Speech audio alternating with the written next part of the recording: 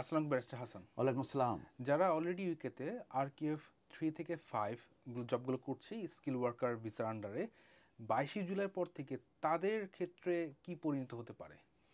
আমরা জানি 1 জুলাই 2025-এ changes to the immigration published হয়েছে এবং সেখানে কিন্তু একটি ট্রানজিশনাল অ্যারেঞ্জমেন্টের কথা বলা হয়েছে। কারণ যারা এই 2020 থেকে এই স্কিল ওয়ার্কার ভিসায় আছে তাদের ফেটটা কী হবে আফটার 22 জুলাই 2025-এ।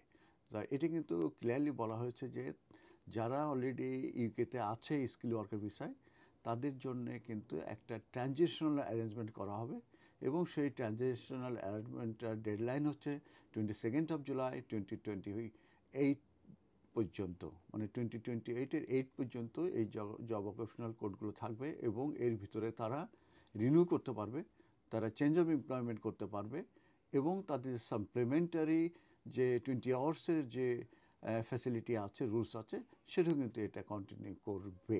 অতএব যারা অলরেডি ইউকেতে এসে গেছেন এবং স্কিল ওয়ার্কার ভিসায় আছেন তারা যদি তাদের এমপ্লয়ারের সঙ্গে থাকেন সেক্ষেত্রে কিন্তু তাদের কোনো আর সমস্যাই নাই।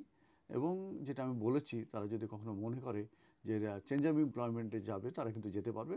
তাদের ওই যে অকুপেশনাল কোড লেভেল 3 হোক, 4 হোক, 5 হোক, মানে 6-এর নিচে, এইটাই কিন্তু তারা কন্টিনিউ করবে এবং সেটা কিন্তু ট্রানজিশনাল পিরিয়ড বলা হয়েছে 22 জুলাই 2028-এ।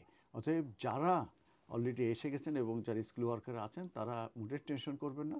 তবে একটা জিনিস, যে আপনারা যদি 22 জুলাইয়ের আগে যদি আপনারা চেঞ্জ অফ এমপ্লয়মেন্টে যান সেক্ষেত্রে যে ধরনের আপনার স্যালারি কিংবা স্যালারির ক্ষেত্রে কিছু কিছু ক্ষেত্রে তো ডেফিনেটলি 29,000 হয়ে যাচ্ছে, হয়ে আছে এই মুহূর্তে, এক্সেপ্ট হয়তো বা 6135 আর 6135।